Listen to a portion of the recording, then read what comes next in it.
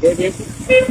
நம்மளுடைய சமத்துவ தலைவர் அண்ணன் ஆம்ஸ்ட்ராங் அவர்களுடைய படுகொலைக்கு நீதி வேண்டி பாதிக்கப்பட்ட அண்ணன் ஆம்ஸ்ட்ராங் குடும்பத்திலிருந்து சிபிஐக்கு வழக்கு மாற்ற வேண்டும் என்று உயர்நீதிமன்றத்தில் வழக்கு தொடர்ந்து அந்த வழக்கு உயர்நீதிமன்றத்தில் சிபிஐ விசாரிக்கலாம் என்று உத்தரவு பிறப்பித்த பின்பும் இந்த திராவிட மாடல் ஆட்சி என்று சொல்லக்கூடிய முத்துவேல் கருணாநிதி ஸ்டாலின் சமத்துவ தலைவர் அண்ணன் ஆம்ஸ்ட்ராங் கொலையில் அவர்களுக்கும் சம்பந்தம் இருக்கின்றது என்பதனை வெளிப்படுத்தும் விதத்தில் அந்த உயர்நீதிமன்ற உத்தரவினை எதிர்த்து சுப்ரீம் கோர்ட்டில் அவர்கள் மேல்முறையீடு செய்தார்கள்.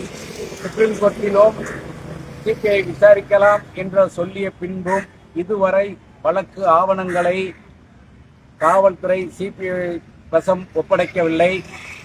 மீண்டும் தமிழக அரசு தவறு செய்துள்ளது. இரண்டாவதாகவும் மேல்முறையீடு செய்துள்ளது. ஆனால் அந்த மேல்முறையீட்டில் இதுவரை எந்த ஒரு உத்தரவும் பிறப்பிக்கப்படவில்லை. அதன் அடிப்படையில் உடனடியாக அண்ணன் ஆம்ஸ்ட்ராங் அவர்களுடைய கொலை வழக்கின் ஆவணங்களை சிபிஐ வசம் ஒப்படைக்க வேண்டும் என்று மக்கள் தேசம் கட்சியின் சார்பாக இன்று காவல்துறை இயக்குனர் அவர்களை சந்தித்து மனு அளித்துள்ளோம். அவர்கள் அதனை ஆவணம் செய்கின்றோம் என்று ஒரு உறுதிமொழி தந்துள்ளார்கள்.